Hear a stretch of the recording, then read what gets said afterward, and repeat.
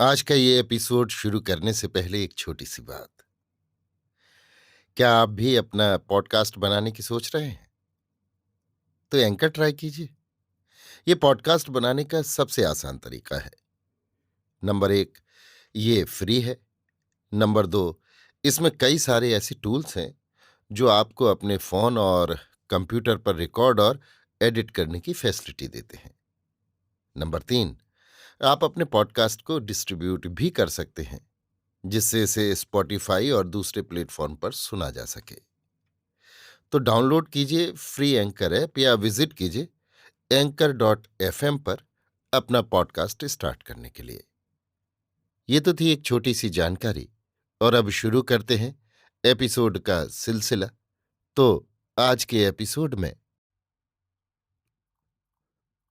लीजिए सुनिए आचार्य चतुर्सेन शास्त्री के लिखे उपन्यास वयम रक्षा माह का भाग 98, राजसभा, मेरी यानी समीर गोस्वामी की आवाज में। वानरों के दल बादल समुद्र तट पर आ पहुंचे हैं, इसकी सूचना चरों ने रावण को दी। रावण ने आज्ञा प्रचारित की, सब सभासद सभा भवन में उपस्थित हों। राक्षस संदेशवाहक रावण का आदेश लंका के भवनों में, शयन गृहों में, क्रीड़ा स्थलों में, उद्यानों में जा जाकर राक्षस सामंतों और सभासदों को सुनाए। सभासद शस्त्र और वस्त्र से सज्जित हो राजाज्ञा पा कोई रथ पर, कुछ हाथियों पर, कुछ पालकियों पर चढ़कर राजसभा को चले, कुछ पैदल ही चल दिए। सभासदों की सवारियों से लंका के राजपथ भर गए। चहल पहल से लोगों की बातचीत से मुखरित हो उठे। उन्हें देखने को उत्सुक नागर जहां तहां भीड़ बनाकर खड़े हो गए। पौर वधुएं झरोखों से झांकने लगीं। रक्षेंद्र भी सोने की जाली और मणि मूंगों से सुशोभित रथ पर आरूढ़ हो सभा भवन को चला। ढाल खड्ग धारण करने वाले अनेक शस्त्रास्त्रों से सुसज्जित राक्षस उसके आगे आगे चले। अनेक बलवान राक्षस उसे दाएं बाएं और पीछे से घेर कर चले। रथ वाले रथों पर, हाथी सवार हाथियों पर, घुड़सवार घोड़ों पर, हाथ में तोमर गदा शूल लेकर रावण के साथ चले। उस समय सहस्त्रों भेरियां बज रही थीं, जिनसे गंभीर शब्द होता था। आगे आगे बंदीजन स्तुति गाते जा रहे थे। इस प्रकार अपनी स्तुति सुनता रावण सभा भवन में जा पहुंचा। उसके वहां पहुंचते ही तुमुल शंख ध्वनि हुई। रावण के रथ पर चंद्रमा के समान श्वेत छत्र शोभायमान था। उसके दोनों ओर स्फटिक मणि के निर्मित स्वर्ण मंजरियों से युक्त चंवर और पंखे झले जा रहे थे। इधर उधर प्रमुख राक्षस सुभट सभासद सिर झुकाए खड़े थे। इस प्रकार अमिताभ रावण उस अपूर्व सभा में जा सोने की वेदी पर, जो स्फटिक मणि के फर्श पर बनी थी और जहां रत्न जटित सुनहरी काम का बिछावन बिछा था, रखे रत्न सिंहासन पर बैठ गया। इस भवन के रक्षक 600 पिशाचों ने भूमि में गिर रक्षेंद्र को प्रणाम किया। अन्य सभासद भी रक्षेंद्र को प्रणाम कर करके चौकी, आसन और आसंदियों पर बैठ गए। ये सब सभासद प्रत्येक कार्य की सुगम से सुगम व्यवस्था करने में कुशल और समुचित समय अनुकूल मत देने में निपुण थे। इसी समय राक्षेंद्र, विभीषण, कुंभकर्ण और युवराज मेघनाद भी अपने अपने श्रेष्ठ घोड़ों के स्वर्ण रथों पर बैठ सभा में आ अपना नाम कह रक्षेंद्र के चरणों में प्रणाम कर अपने आसन पर आ बैठे।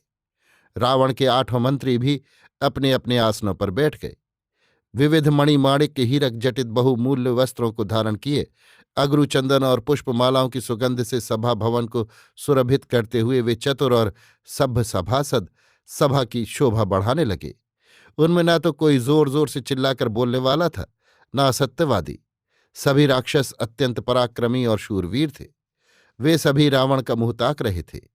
इस प्रकार उन महाबली शस्त्रधारी मेधावी सभासदों के बीच बैठ रावण दिव्य सुषमा धारण कर रहा था।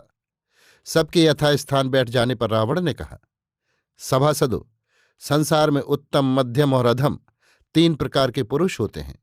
जो पुरुष मित्रों, हितैषियों और संबंधियों के परामर्श से काम करते हैं वे उत्तम। जो अकेले ही सब काम करते हैं वे मध्यम। और कार्य के गुण दोषों की विवेचना बिना किए हठपूर्वक करूंगा इसी तरह कहकर किसी हित बंधु की आन न मान कार्य करते हैं वे अधम कहलाते हैं। पुरुषों की भांति निश्चय भी 3 प्रकार के होते हैं। जिस निश्चय में नीति, शास्त्र तथा मंत्र एक मत होता है वो उत्तम।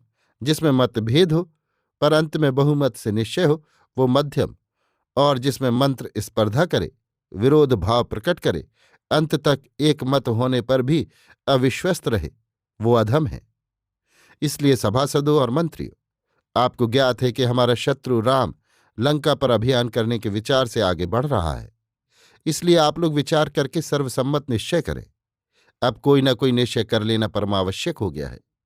अब आप वही सोचें जिसमें राक्षसों का कल्याण हो तथा हमारी लंका को दुर्दिन का मुंह न देखना पड़े। धर्म, अर्थ और काम विषय कठिनता उपस्थित होने पर आप ही लोग प्रिय अप्रिय, लाभ हानि, सुख दुख, हित अहित का विचार करने में पूर्ण समर्थ हैं। आप लोगों की सम्मति से प्रारंभ किया गया मेरा कोई भी काम कभी निष्फल नहीं गया। आप ही के सहयोग से मैं दुर्लभ राज्य लक्ष्मी भोग रहा हूं। मैंने जो काम किया है उसके विषय में भी मैं आप लोगों से पहले सम्मति लेना चाहता था, पर ऐसा न कर सका। अब मैं कहता हूं कि मैं दंडकारण्य से अपने वैरी दाशरथी राम की पत्नी हर लाया हूं। राम से यद्यपि मुझे भय नहीं है, फिर भी इस संबंध में विचार तो कर लेना चाहिए। फिर आगामी कार्यक्रम की योजना बनानी चाहिए। आप ही की सहायता से मैंने पृथ्वी को जय किया है तथा देवेंद्र को बंदी बनाया है। आप लोग अब भी मेरे सहायक हैं। अब सीता का पता लगाकर दोनों मानव कुमार समुद्र के उस पार आ पहुंचे हैं तथा इस पार आने का उद्योग कर रहे हैं। यद्यपि उनका ये प्रयत्न हास्यास्पद है, फिर भी हमें ऐसा उपाय सोच रखना चाहिए जिससे दोनों भाई मारे जाएं और सीता को लौटाना न पड़े। आपकी ही योजना अनुसार मैं कार्य करूंगा। मैं तो यही समझता हूं कि वानरी सेना के लिए समुद्रोल्लंघन अत्यंत दुष्कर है। फिर भी यदि वो यहां आ भी जाए तो संसार में कोई ऐसी शक्ति मैं नहीं देखता जो संग्राम में मुझे विजित कर सके। रावण के ये वचन सुन कुंभकर्ण ने रोष भरे स्वर में कहा, महाराज, जब आपने सीता का हरण किया तब हमसे सम्मति नहीं ली। ये काम अत्यंत अनुचित हुआ। हरण से पूर्व ही आपको परामर्श करना उचित था। राजा के जिस कार्य का परिणाम भोग प्रजा को भोगना पड़े उसमें उसकी राय लेनी ही चाहिए। जो राजा भली भांति मंत्रियों से विचार विमर्श करके कार्य करता है उसे कभी पछताना नहीं पड़ता, पर जो विपरीत कार्य मंत्रियों की सलाह के बिना किए जाते हैं उनका परिणाम सदा दोषयुक्त होता है। जो पुरुष पहले किए जाने वाले काम को पीछे और पीछे किए जाने वाले काम को पहले करता है वो नीति शास्त्र से सर्वथा अनभिज्ञ है। स्थिर बुद्धि वाला पुरुष विचारशील और शक्तिशाली होता है। वो शत्रु के दोष को देखता है तथा जहां शिथिलता पाता है वहीं आक्रमण करता है तथा यज्ञ का भागी होता है। महाराज, आपने बिना ही विचार किए क्षुद्र कर्म कर लिया जो महाअनिष्टकारक हो सकता है। राम का बल जन स्थान में देख लिया गया है। मैं तो ये समझता हूं कि आपने बलवान शत्रु से अविचारपूर्ण दूषित छेड़छाड़ प्रारंभ कर दी है, जिससे आपके विश्व विश्रुत सुनाम को कलंकित होने का भय उपस्थित हो गया है। यदि आपकी इस भूल के परिणाम स्वरूप हमारी सारी तपस्या, विश्व विजय की भगीरथ प्रयत्न तथा रक्ष संस्कृति ही खतरे में पड़ जाए, संपन्न लंका पर संकट आ पड़े और आनंद में मग्न राक्षसों का सर्वनाश उपस्थित हो जाए, तो महाराज वो आप ही का दोष होगा। राजन, मैंने आपके वंश और प्रतिष्ठा के लिए प्राणांतक युद्ध किए। आपका शत्रु चाहे कैसा भी बलवान था, मैंने उसे मार डाला। भले ही उसकी सहायता को इंद्र, वरुण, कुबेर, मरुत और सब दैत्य दानव भी आए, पर मेरे हाथ से उसकी रक्षा न कर सके। परंतु इस स्वेच्छाचारितापूर्ण दुष्कर्म में मेरा आपसे कोई सहयोग नहीं है। मैं शत्रु का पक्ष नहीं लेता, परंतु आपकी अनीति का अनुमोदन भी नहीं करता। अतः इस संभावित युद्ध में आप मुझसे कुछ भी आशा न रखना। मेरी इच्छा तो अब कुछ दिन एकांतवास की है। मैं रत्न गुहा में जाता हूं। आपका कल्याण हो। इतना कहकर महातेज कुंभकर्ण स्वर्ण सिंहासन त्याग उठ खड़ा हुआ।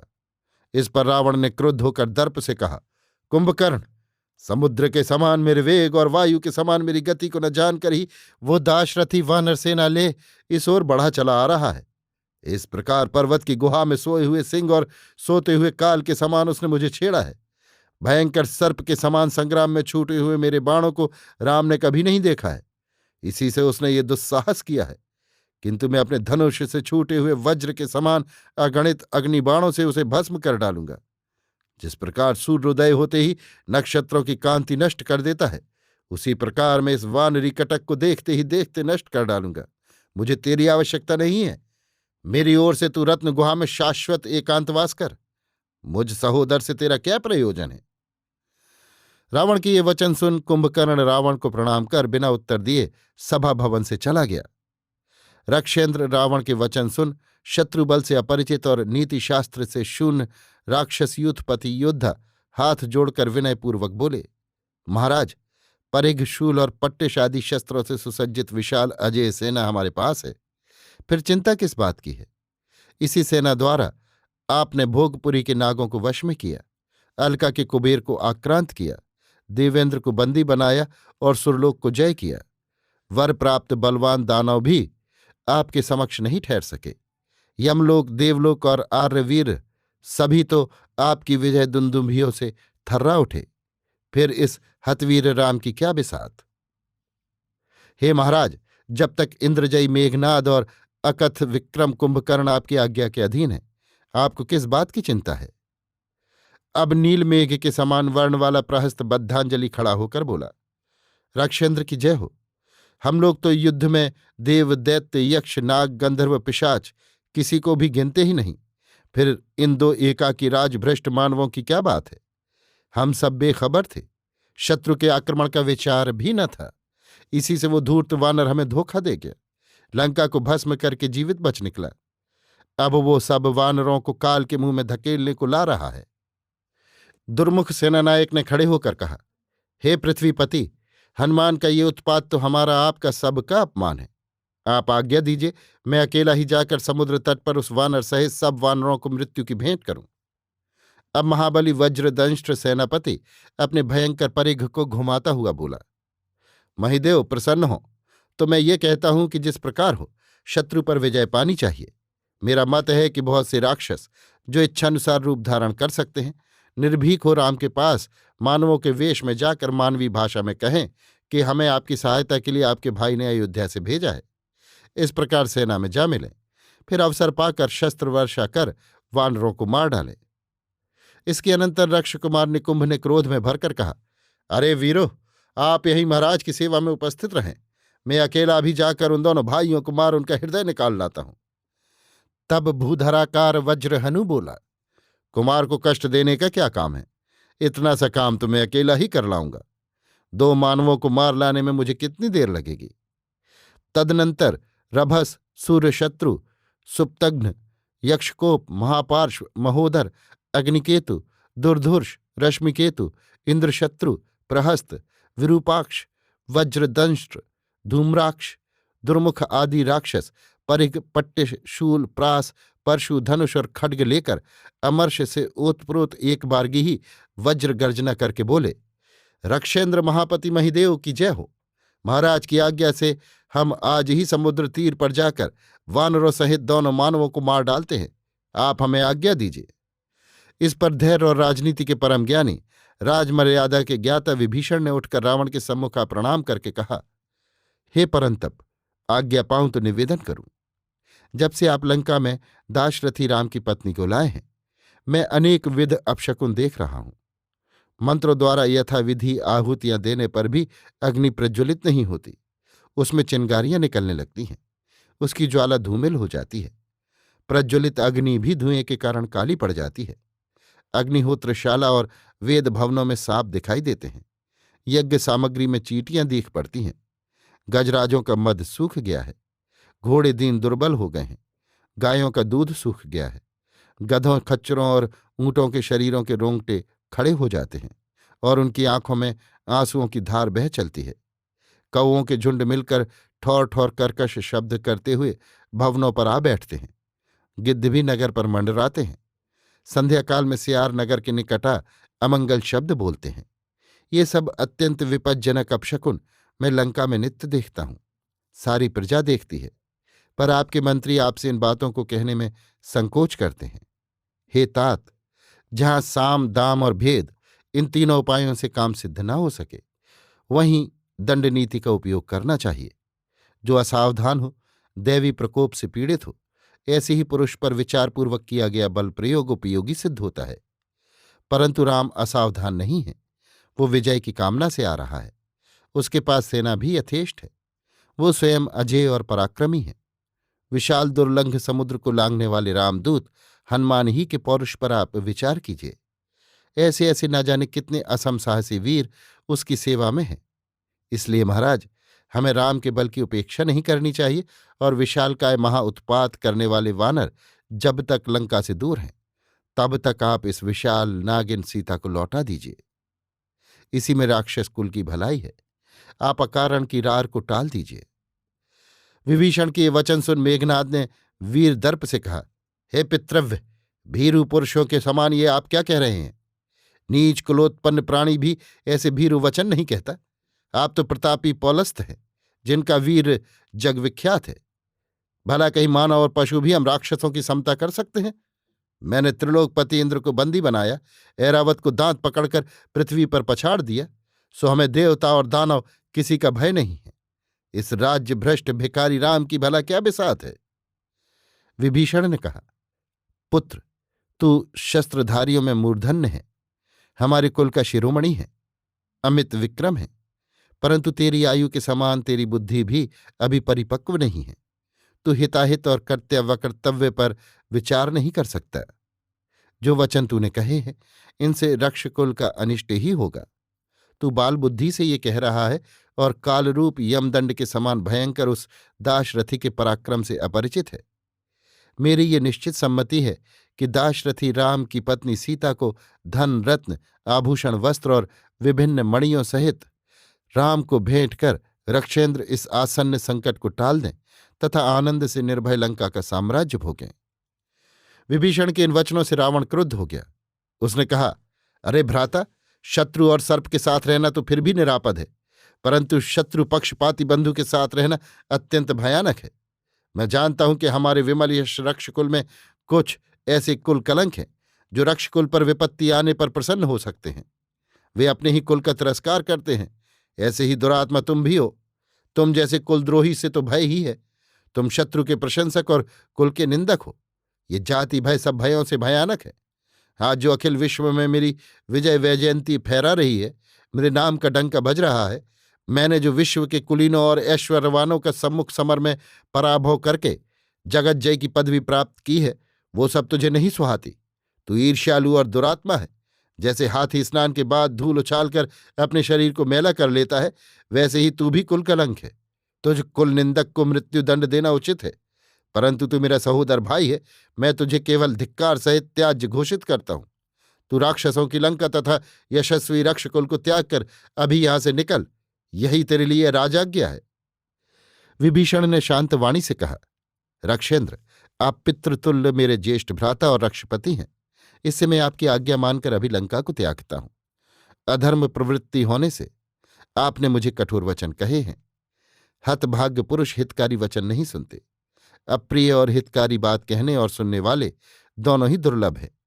शोक है कि आप विनाशक कालपाश में बंध चुके हैं। हतायु पुरुष पथ को नहीं देखता। ऐसा होता ही है।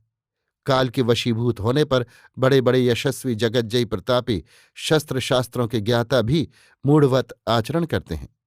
आपकी आज्ञा मानकर मैं जाता हूं। आप अपने इन हितैषी राक्षसों सहित लंका की रक्षा कीजिए, आपका कल्याण हो। इतना कहकर विभीषण तुरंत उठकर अपनी भीम गदा हाथ में ले सभा भवन से चल दिए। उनके पीछे ही उनके चारों मंत्री भी उठकर सभा भवन से बाहर हो गए।